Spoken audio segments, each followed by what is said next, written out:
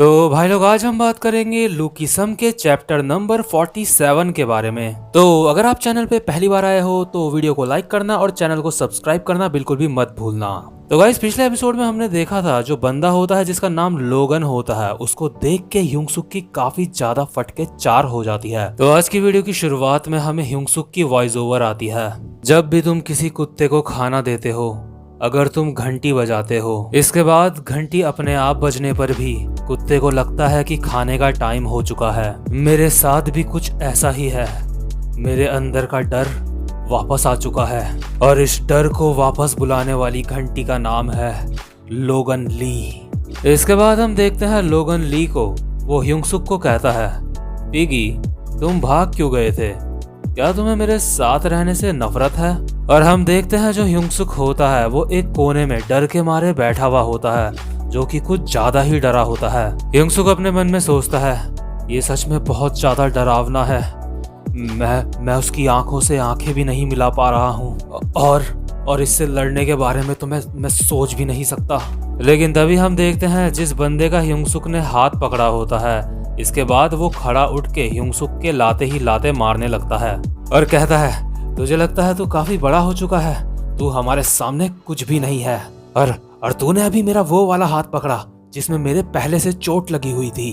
और हम देखते हैं जो दूसरा बंदा होता है वो बगल में लड़की को कह रहा होता है, तो तुम जानती हो ना मेरा जो सीधा पाँव है वो ज्यादा ताकतवर है, तुम जानती हो ना ये बात। और दूसरी तरफ हम देखते हैं जो ह्यूंगसुक होता है वो मार खा रहा होता है और अपने मन में सोचता है, मुझे लगता है मैं बिल्कुल भी नहीं बदला। इसके बाद जो लोगन होता है वो कहता है, पिगी तुम्हारे पास तो काफी सारे पैसे हैं। अच्छा तो तुम इसलिए यहाँ से चले गए थे ताकि तुम पैसे कमा सको। जो मेरा नया पिकाचू है वो पैसे नहीं कमाता। इसके बाद लोगन नए पिकाचू को कहता है, तुमने देखा अपने सीनियर पिकाचू को, तुम्हें उससे कुछ सीखना चाहिए, सिर्फ भागने के अलावा, क्योंकि अगर तुम भागे इसके बाद मैं तुम्हें ढूंढूंगा और तुम्हें जान से मार डालूंगा। और हम देखते हैं जो नया पिकाचू होता है वो अपने मन में सोच रहा होता है, ये सब तुम्हारी गलती है, मैंने कुछ भी गलत नहीं करा। इसके बाद लोगन ह्यूंगसुक को कहता है, चलो ठीक है, मैं तुम्हें तुम्हारे नए स्कूल से ग्रेजुएट होने की परमिशन देता हूँ, क्योंकि तुम अब यहाँ नहीं रहते हो, इसलिए तुम अब आजाद हो। और वैसे भी मेरे पास अब एक नया पिकाचू है और ये जो पैसे मैं तुमसे ले रहा हूँ ये तुम्हें आजाद करने की फीस है। Have a nice day. और इतना कह के लोगन वहां से चला जाता है। और इनमें से जो बाकी दो छपरी होते हैं उनमें से एक छपरी ह्यूंगसुक के मुंह पे थूक के बोलता है, बेहतर होगा कि तू दोबारा हमें ना दिखे यहाँ पे। और दूसरा बंदा कहता है, हे ये पहला बंदा है जो मेरी किक से बच पाया है। इसके बाद हम देखते हैं ये दोनों बंदे भी वहां से चले जाते हैं और जो ह्यूंगसुक होता है वो अपने रास्ते चला जाता है।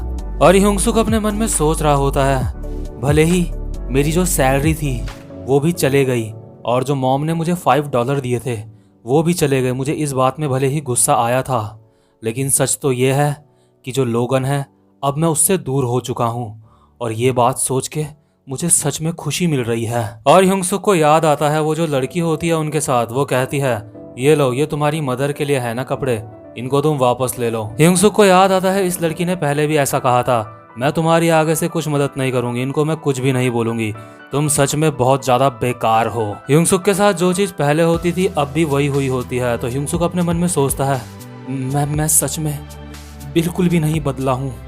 इसके बाद हम देखते हैं जे को, जो एक बहुत बड़ी बिल्डिंग में आराम से बाथटब में बैठा होता है और अपने पेरेंट्स से बात कर रहा होता है। जे के पेरेंट्स जे को कॉल पे बोल रहे होते हैं, सॉरी हमें माफ करना, इस बार भी हम तुमसे नहीं मिल पाएंगे, लेकिन अगर तुम घर आ जाते तो ज्यादा अच्छा रहता। लेकिन ऐसा करने से ना ही तुम्हें अच्छा लगेगा और ना ही बाकियों को। हमने सुना तुम अकेले किसी ट्रिप पे जा रहे हो, तुम्हारा बहुत बहुत शुक्रिया जे, हमको समझने के लिए। अब मैं तुम्हें बाद में कॉल करता हूँ। हैव अ नाइस ट्रिप जे। और यार जो अपना जे है उसकी पर्सनल लाइफ के बारे में जानने में मुझे भी पर्सनली काफी इंटरेस्ट है और ये चीजें हमें आगे के एपिसोड्स में पता चलेंगी।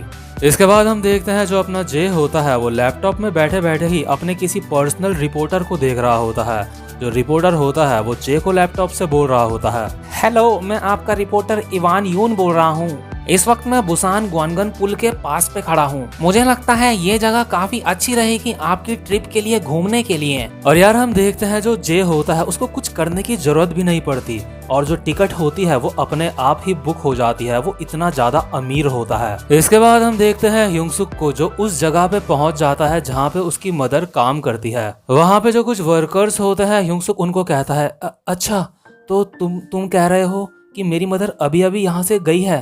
तो जो वहाँ पे दो औरतें होती हैं उनमें से एक कहती है हाँ, उसे जब भी ब्रेक मिलता है तो वो बाहर चले जाती है और वो अपने मन में सोच रही होती है मेरा बेटा इससे ज्यादा अच्छा दिखता है। और जो दूसरी औरत होती है वो कहती है अच्छा तो तुम ही उसके बेटे हो जिस पर उसको बहुत ज्यादा गर्व है, वो जरूर यहीं कहीं आसपास ही होगी। और ये भी अपने मन में सोच रही होती है मेरा बेटा इससे बेहतर है।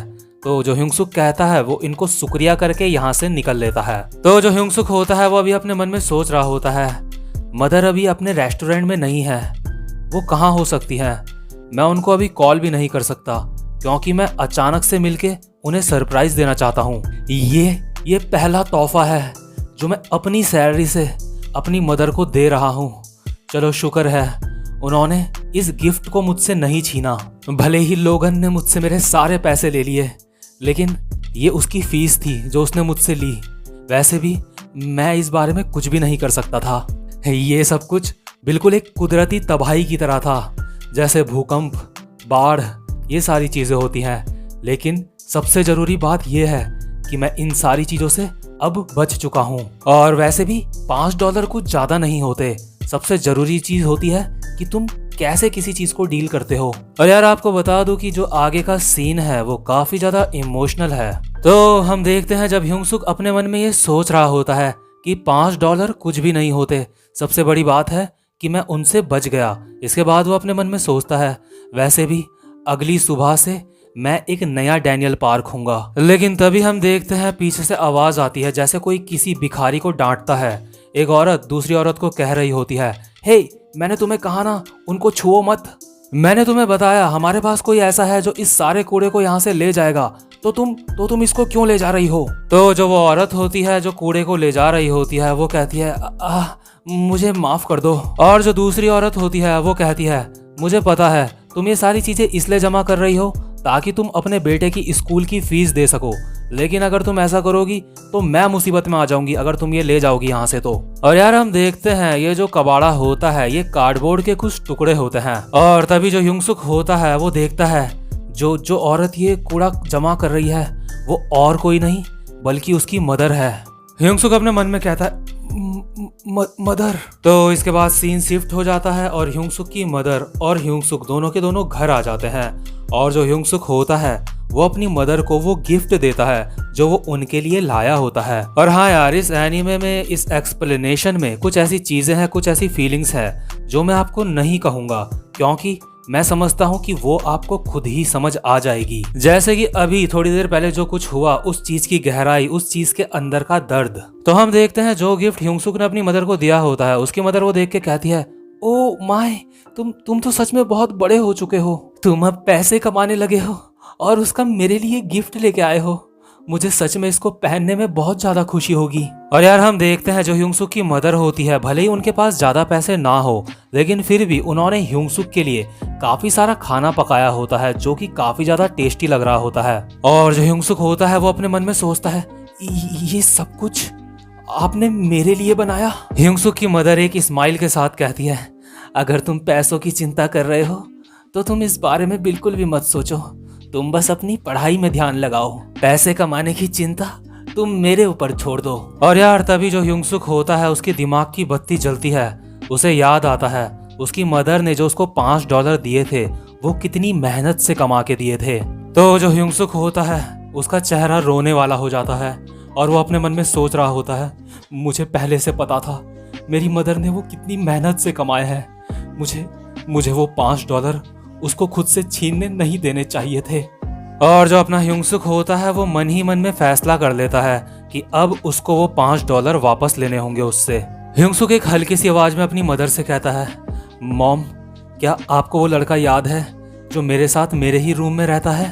तो उसकी मदर कहती है अरे हाँ मुझे अच्छे से याद है, वही लड़का ना जिसका नाम बिल्कुल तुम्हारे जैसा है। ह्योंग-सुक कहता है इन छुट्टियों में वो बिल्कुल अकेला है। कैसा रहेगा कि अगर इन छुट्टियों में वो हमारे साथ रहे। इसके बाद सीन शिफ्ट होता है और हम देखते हैं हैंडसम वाले ह्योंग-सुक को। और जो ह्योंग-सुक होता है वो बस स्टेशन में खड़ा होकर अपने मन में सोच रहा होता है, मेरा ये वाला शरीर वास्को के सामने भी टिक गया था। मुझे इस शरीर ने वास्को से भी बचाया था। मैं अपने पैसे वापस ले सकता हूँ इस शरीर की मदद से। और हम देखते हैं अगल बगल के जो लोग होते हैं, खासकर लड़कियां, वो आपस में बातें कर रहे होते हैं। ये बहुत ज्यादा हैंडसम है कि क्या ये कोई सेलिब्रिटी है? आखिर ये बंदा है कौन? ह्योंग-सुक अपने मन में कहता है, कल इस शरीर के साथ मैं ये करने वाला हूँ। कल मैं उससे अपने पैसे वापस ले लूंगा। मैं अपनी पहचान हमेशा अपने इस शरीर के पीछे छुपाता रहा हूँ, लेकिन मुझे ये एहसास नहीं था कि मैं खुद से ही भाग रहा हूँ। तो इसके बाद हम वो वाला सीन देखते हैं जब ह्योंग-सुक बस स्टेशन में खड़ा होता है, जब वो बस में नहीं बैठा होता। तो हम देखते हैं अचानक से ह्योंग-सुक की नजर जे पे पड़ती है। ह्योंग-सुक अपने मन में सोचता है, मैंने बिल्कुल भी उम्मीद नहीं करी थी कि मैं यहाँ पे जे से मिलूंगा।